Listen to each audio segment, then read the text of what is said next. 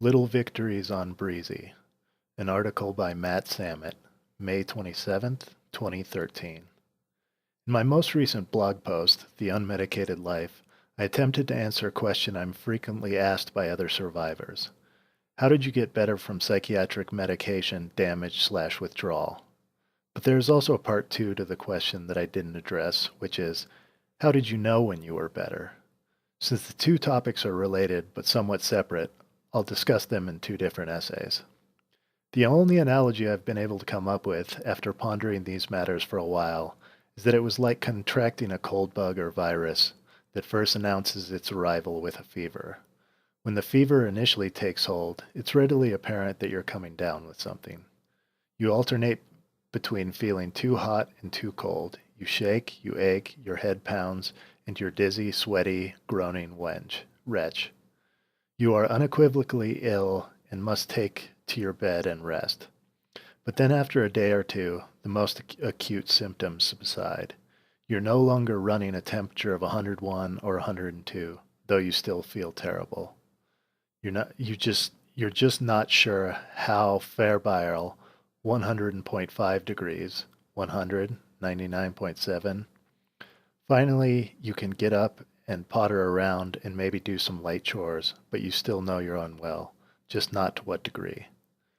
The only thing that's clear is that you're not 100% yourself. This might go on for a while, 5 or 7 days, say, of low energy, breathlessness, malaise, and a vague, hard to pinpoint discomfort. But at least you're functional, albeit to a lesser degree. But even this diminution of function can be hard to recognize, mired as you are in a long string of days filled only with suffering, with normalcy so long gone, you can recall only that it probably doesn't feel like this.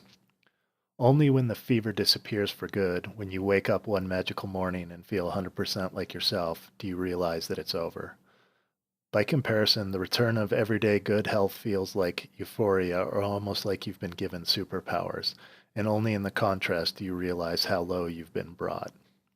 Anyway, that's the best metaphor I can come up with, though I'm sure there are others. For me, the earliest months off the meds were the high, spiking fever, while the months and years that followed were the low-grade malaise during which I knew I was better, and that I could function well enough, but I was also not sure how much better or how much farther it was to the finish line, because I still experienced constant washout symptoms like fatigue, insomnia, anxiety, emotional lability, fuzzy cognition, physical weakness, and depression. It was a muddy, gray, seemingly unending and often dismal period during which the best barometer of healing was feedback from family and friends who could better see the changes in me over time, having the advantage of separation from the immediate torment. I remember well in 2009, my friend and rock climbing partner Ted remarking on how much faster I could hike to the cliffs versus a year earlier, and how this surprised me because I thought I'd been hiking the same pace all along. Anyway, this is all very easy to write about with the benefit of hindsight and a return to reliable health, 90 to 95% of my old self. And I realize it was not always this way, and that I'm very fortunate to have the nightmare behind me. Not everyone reading these words is in that position, I realize. Or perhaps you are the friend or family member of someone not yet out of the woods. For many months and years, I ran a fever of 100.5, and that was maybe the most desperate period of all, both because it went on for so long, but also because it was impossible to know how long that so long was going to be. So really the question, how did you know when you were better, is perhaps rephrased as, how, while you were still sick, did you know you would eventually get better? This is the most pressing matter for those still healing from harm caused by psychiatric drugging, because they are living within the process. We all heal differently, with our individual milestones. For me, the point at which I knew I would eventually get better, that the fever would someday break, came in 2006, year one, during which I was still very ill and often hopeless about the ruination that had become my life. The drugs, hospitalizations, and diagnoses had taken so much away for so long, and I didn't know if I had the simple physical strength to continue. My morale was likewise a tattered old battle flag. I continued to feel, as I had throughout all of my ordeal, that I was no longer the master of my own destiny.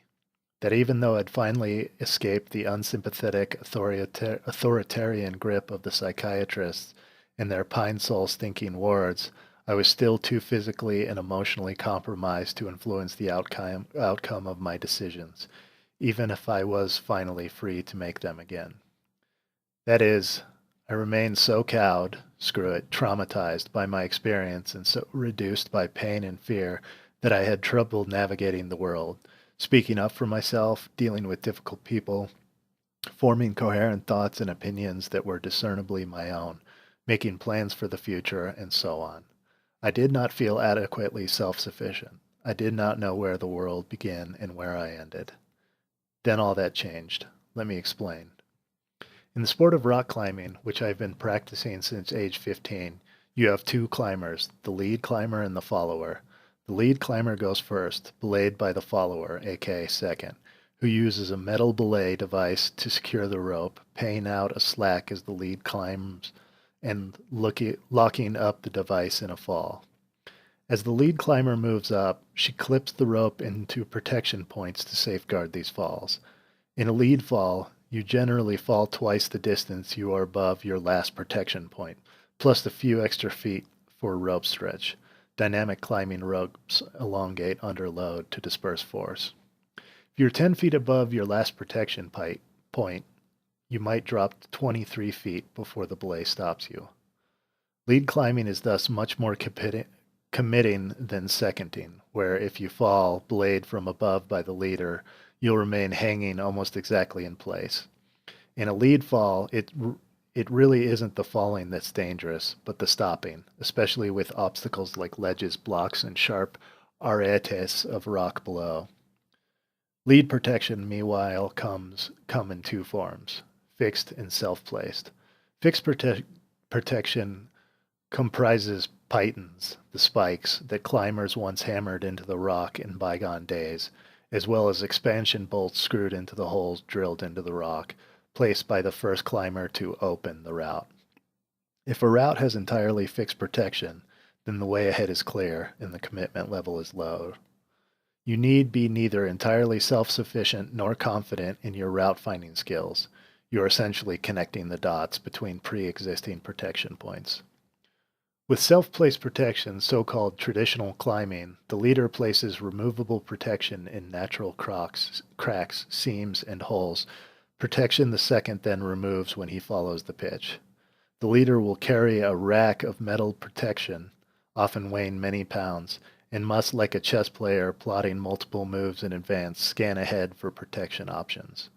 So many overlapping factors come into play on a traditional lead, from a need to mate out protection in equidistant intervals, to avoid overlong falls, to finding stances, often on strenuous terrain, to place the protection, to sizing the protection correctly, to making sure you've placed the protection in reliable rock, to making the good decisions that keep you en route from staying in unprotectable terrain. It's much more of a head game and requires expertise, calm, and total self-sufficiency.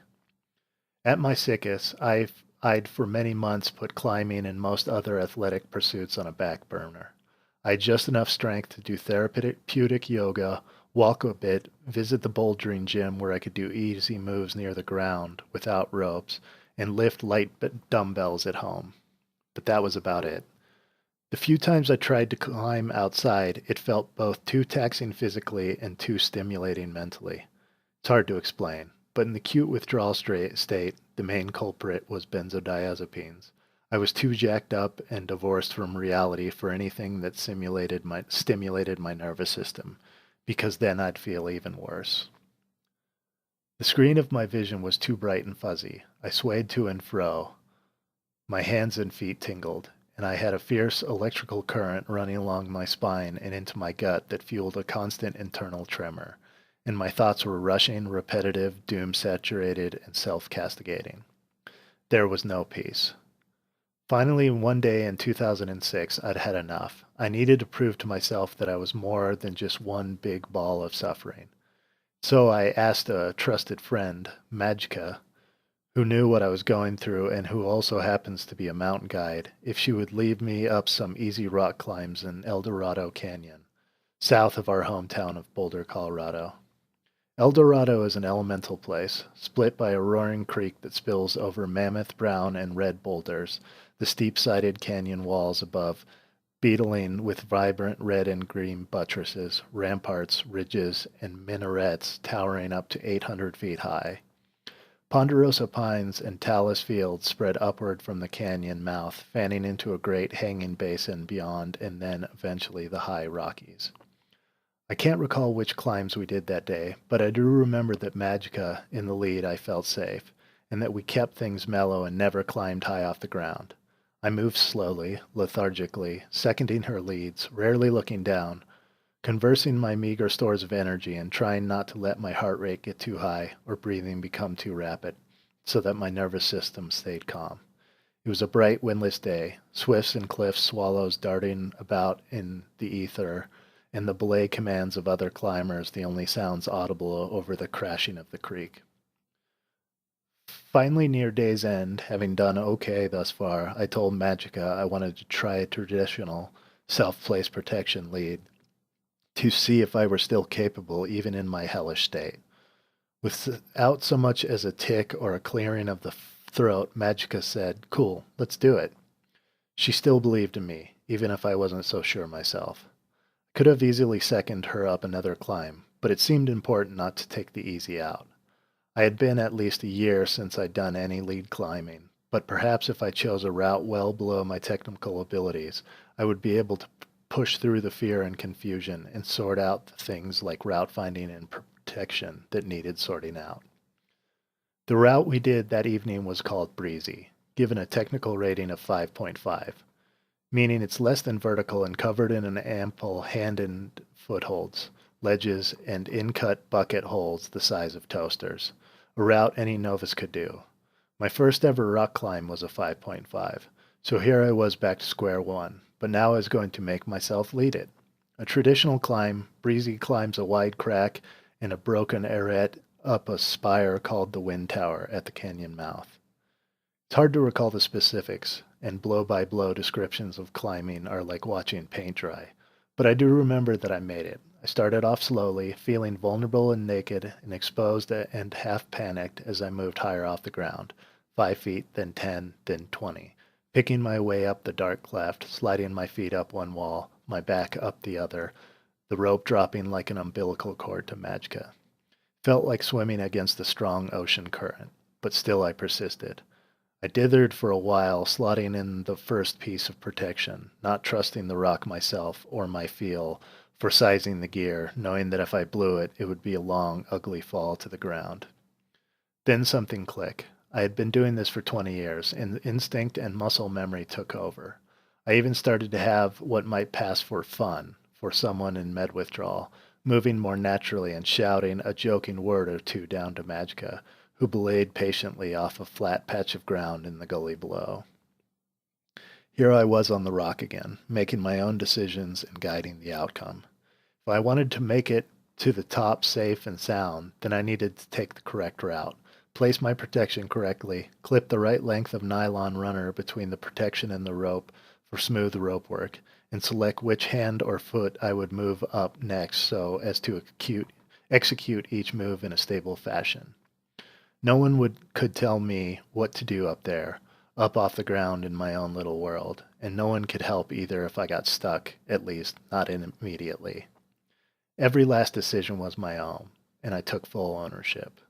For those 30 minutes it took to reach the big ledge atop Breezy, I was free.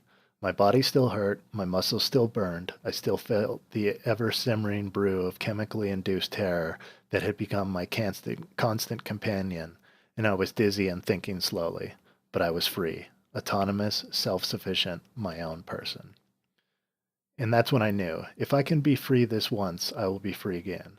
I realized that the next time I broke free, I would feel a little stronger, and then stronger again the time after that, and so on until eventually it was over, until the fever had broken. Little victories. That's how I knew I was going to get better. Whether you're a climber or not doesn't matter. Perhaps you've had some passion you can try again, even in baby steps, to measure progress and see that your core, integral self is still intact. Or perhaps it's just the first time you drive to the grocery store alone, or walk around the block, or meet friends for dinner. You make your decision and you work to influence the outcome. You do something for the first time again that you were previously unable to do. You earn a little victory. This is how life is lived. This is how you know you're on the road to getting better. This is how you know it will eventually end. Whatever ups and downs may come, this is the face of healing.